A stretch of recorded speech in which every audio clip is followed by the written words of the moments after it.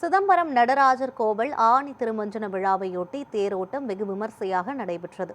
தேரோட்ட விழாவில் நடராஜர், சிவகாம சுந்தரி உள்ளிட்ட சுவாமிகள் தனித்தனி தேர்களில் எழுந்தருளி பக்தர்களுக்கு காட்சியளித்தனர். ஆயிரக்கணக்கான பக்தர்கள் சிவ கோஷங்களுடன் தேரை வடம் பிடித்து இழுத்து சுவாமி தரிசனம் செய்தனர். விழாவையொட்டி அன்னதானம், குடிநீர் உள்ளிட்ட வசதிகள் செய்யப்பட்டுள்ள நிலையில் தீயணைப்பு, மருத்துவ குழுவினர் மற்றும் 1000க்கும் மேற்பட்ட போலீசார் பாதுகாப்பு பணியில் ஈடுபட்டனர்.